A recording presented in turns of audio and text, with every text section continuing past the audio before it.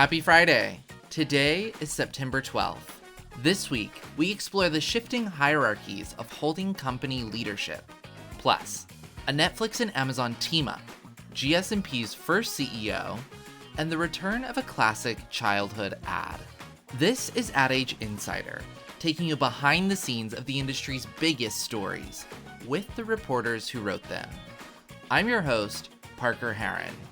The ad business is in a state of transition, and all eyes are on agency holding companies as they decide their strategies for the industry's next era.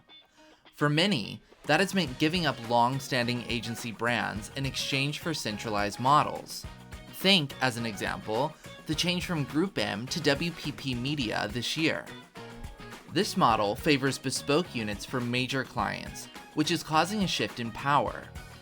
As global CEOs push for business growth, account leads who manage multi-million or even billion-dollar accounts are starting to overtake regional CEOs. This idea is inspiring a fundamental shift in the function of these roles. CEOs are taking on more operational duties, as rising global account leads are working across agency layers to manage client businesses. It's all a little complex, but has big implications for the future of agencies. So I called Ad Age agency reporter Ewan Larkin to break it all down, and to tell me how this trend impacts executives of all agency types.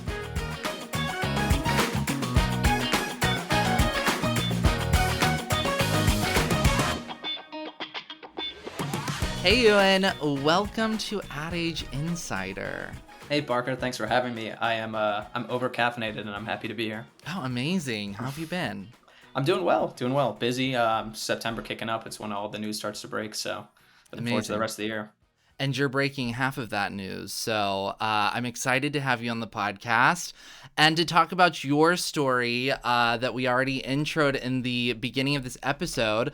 I think that it really says a lot about macro changes in the holdco agency space. But I want to start a little micro first.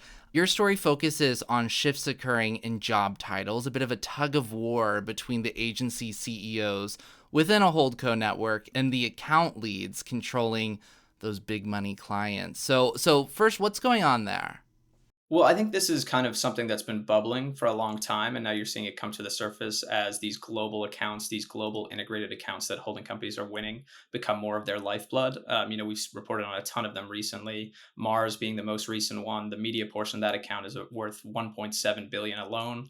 And so what's happening is you're seeing marketers kind of clamor for bespoke teams and integration from holding companies, and as a result, I think that agency CEOs and agencies themselves are losing a lot of autonomy here. It's moving towards, a centralized strategy, and the holding company are putting in place global client leaders, which are kind of in charge of marshaling resources across the holding company. And because of that, some of the agency CEOs are losing their titles. Some of them are being shifted into roles at the holding company level, such as chief client officer, chief business officer.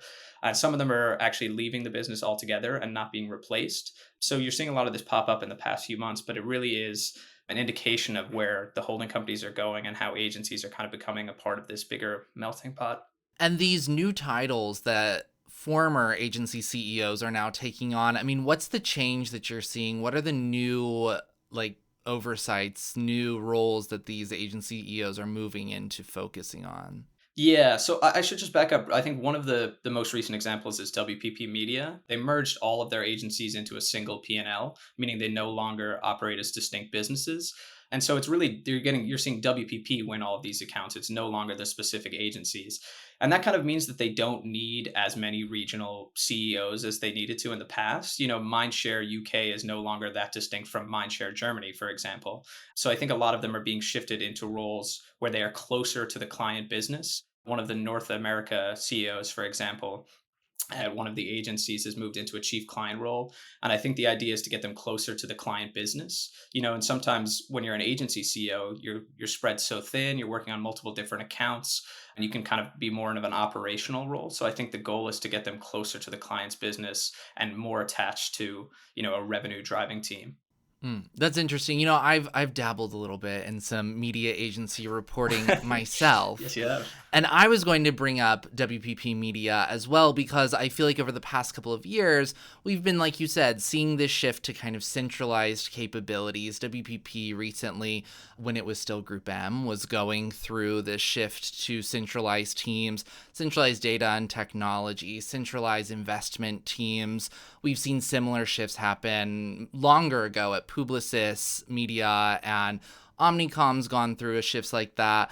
And something that I was led to believe is that a lot of these shifts have to do with making things simpler, more visible for clients. What are you seeing as the reason that these shifts are going? Yeah, it's I think a lot of it is that these clients want to bring all the resources that holding companies have to bear, but they don't want to deal with any of the complexity and the structures that come with that. They don't really need to know, okay, agency X is doing this very specific part and somebody else is handling, my production. All they really want to know is that WPP or Publicis or Omnicom, whoever it is my one-stop shop for everything that I need. And it's kind of incumbent on the agency to deal with that complexity for the client. Hence the importance of the global client leader, because they kind of come in and they're the front facing person that talks to the client. They wake up, one source told me they wake up thinking about the client's business, and they kind of take care of all that complexity behind the scenes. I think this is something that Publicis has done really well. Their global client leaders are very important to them, and they were one of the early adopters of throwing the weight behind the global client leader. And they kind of come in, those global client leaders, and they take care of all of the the chaotic, some of the agency infighting that happens behind the scene, everybody looking for a piece of their pie and wanting to do a little bit of piece of the work. The global client leader takes care of that in an ideal world and makes it really simple for the client, and then just is able to have a very robust conversation with the marketer about their business needs. They're very attuned to the challenges that they're facing, and so they can manage all of that complexity but also have a very robust conversation with the marketer about what's going on and what needs to change from the agency's perspective. Now, I wonder, what does that global client lead provide a client that an agency level CEO couldn't? How is that changing the relationship?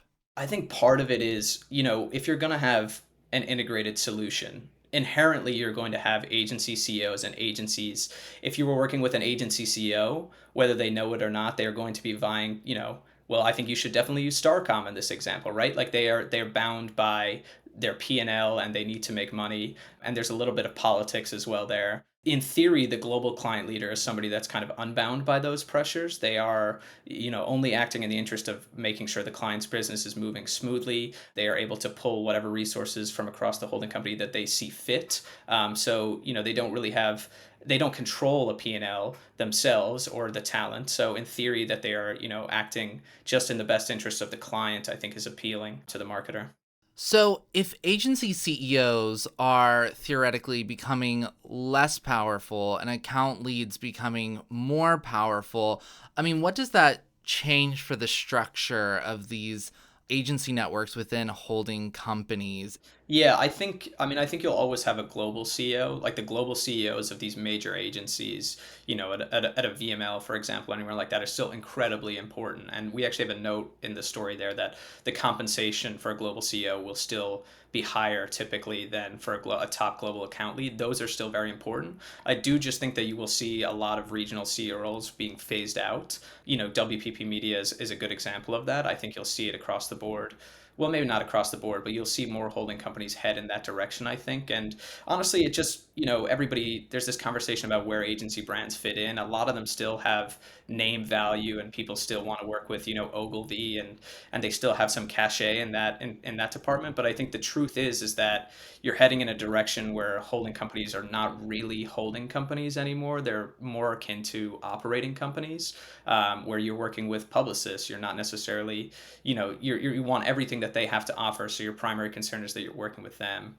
So I think the agency brands, unfortunately, I know they hold a lot of sway for people coming into the market, people coming into the industry. But I do think agency holding companies are pushing in a direction where it's one simplified offering, and obviously that comes at a cost for the agency brands. Yes. Now, you've mentioned a few times the politics, and the classic drama and gossip, I feel like, is often associated with the advertising industry. Yeah. Is that going away? Are you hearing less drama behind the scenes at these agencies because of this? I do think when you started seeing all these bespoke teams pop up, there was a lot of that. Of course, there's going to be, everybody needs their piece of the pie. I do think as we move closer toward this, there is a hope from the holding company executives that I speak with that it will facilitate more collaboration.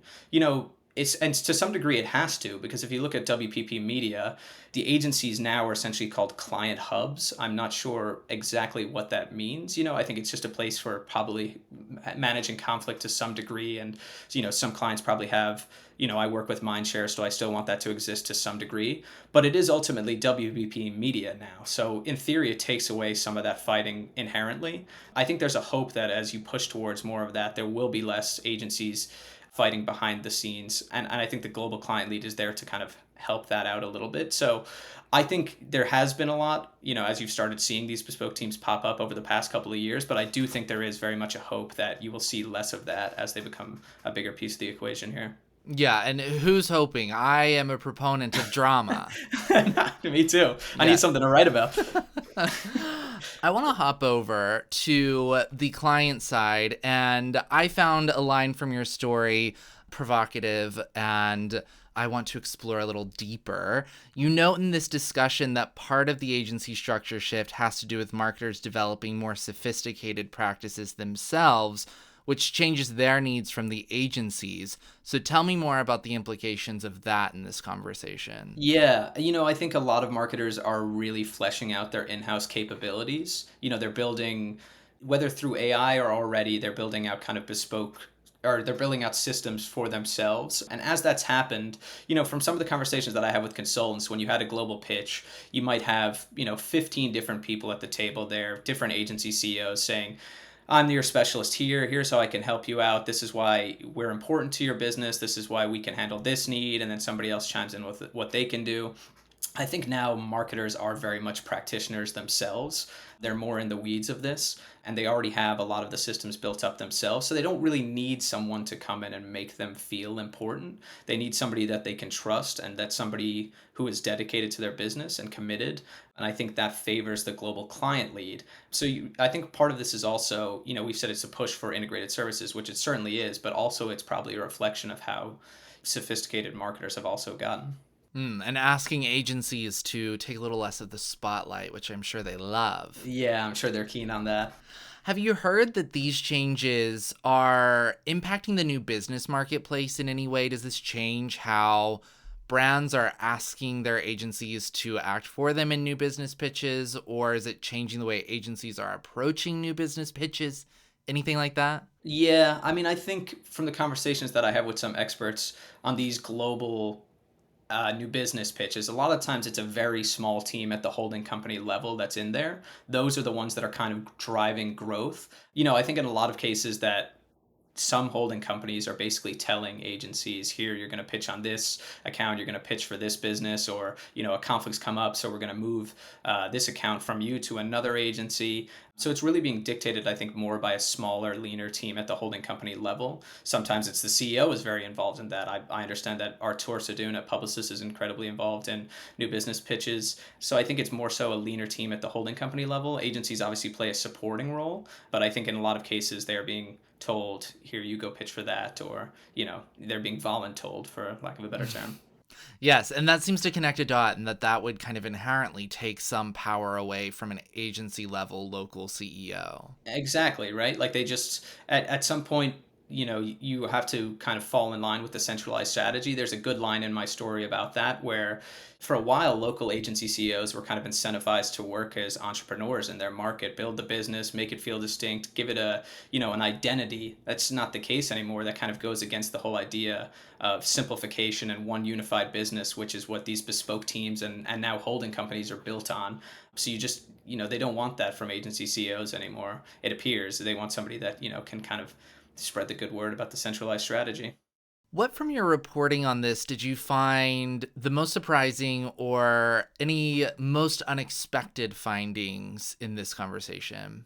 I thought what was really interesting is we've touched on it a little bit, but I thought what was interesting is that GCLs, although their influence is growing, right now they don't actually have too much formal on paper they don't have too much authority. Like I mentioned, they don't actually control the P&L in some cases, and they're not managing.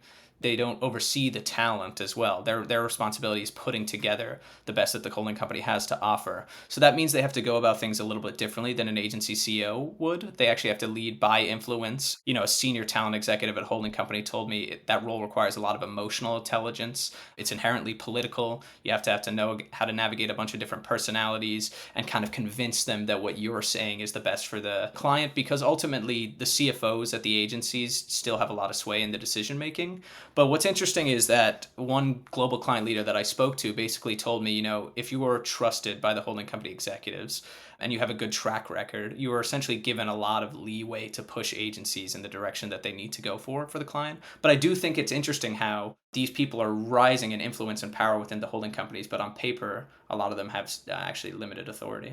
And would you say that's more tied to like old leaders holding on to their historic power and that's slowly changing? Or is there a reason why those kind of, I guess, fail safes would be kept in place for maybe the less tested and seasoned global client leads?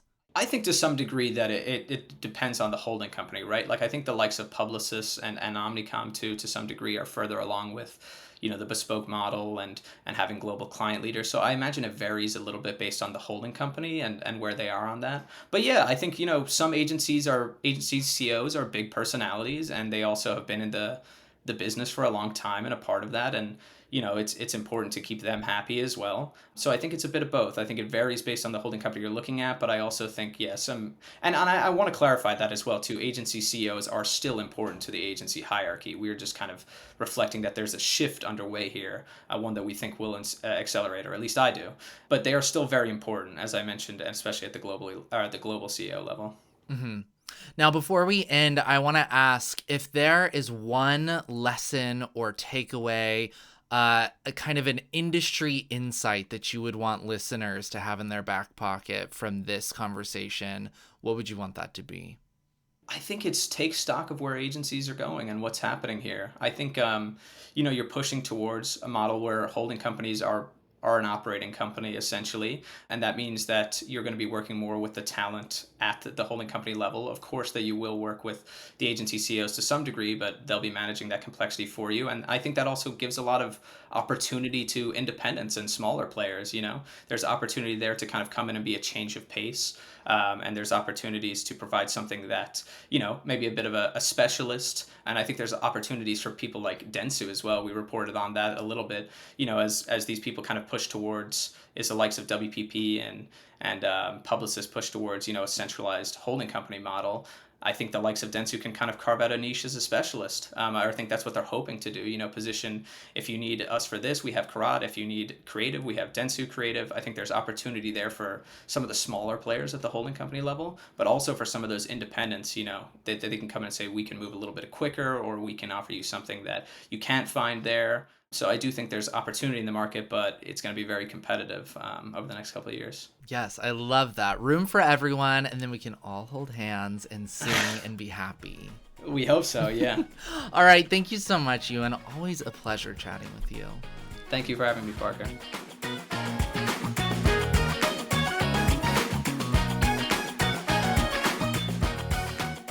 This week's account review to know. NASCAR has hired 72 and Sunny as its brand agency. 11 agencies participated in the competitive review, with 72 and Sunny winning out to reestablish NASCAR as a, quote, working-class Americana brand.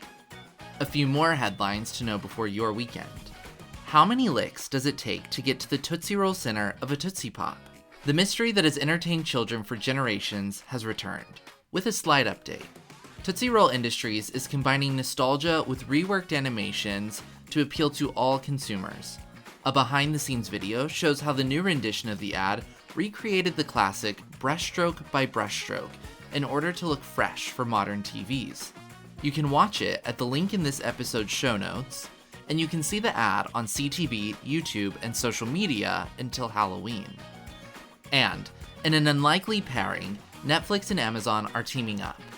On Wednesday, Netflix announced that it would make its ad inventory available through Amazon's demand-side platform. This marks a major moment for both companies' ad growth.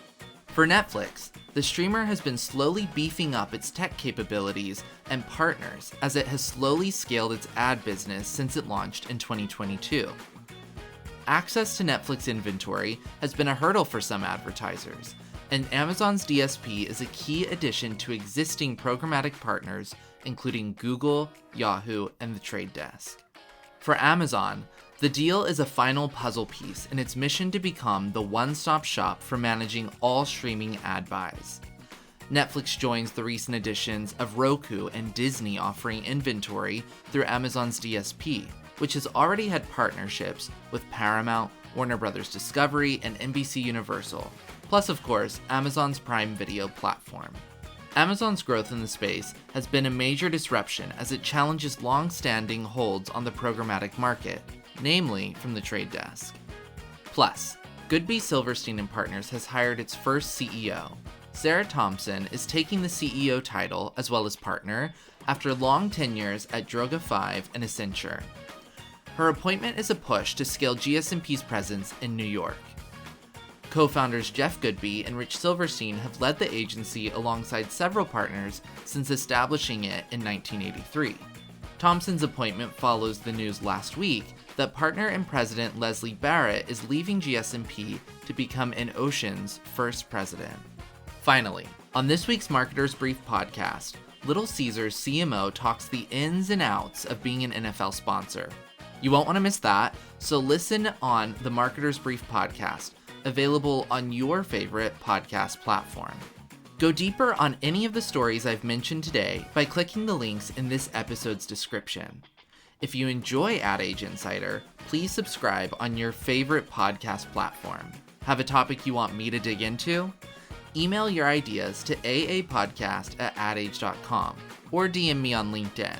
Thank you to my guest, Ewan Larkin, and to producer Lauren Ciardio. Thanks to you for listening. I'm Parker Heron, and this is the Ad Age Insider. Enjoy your weekend.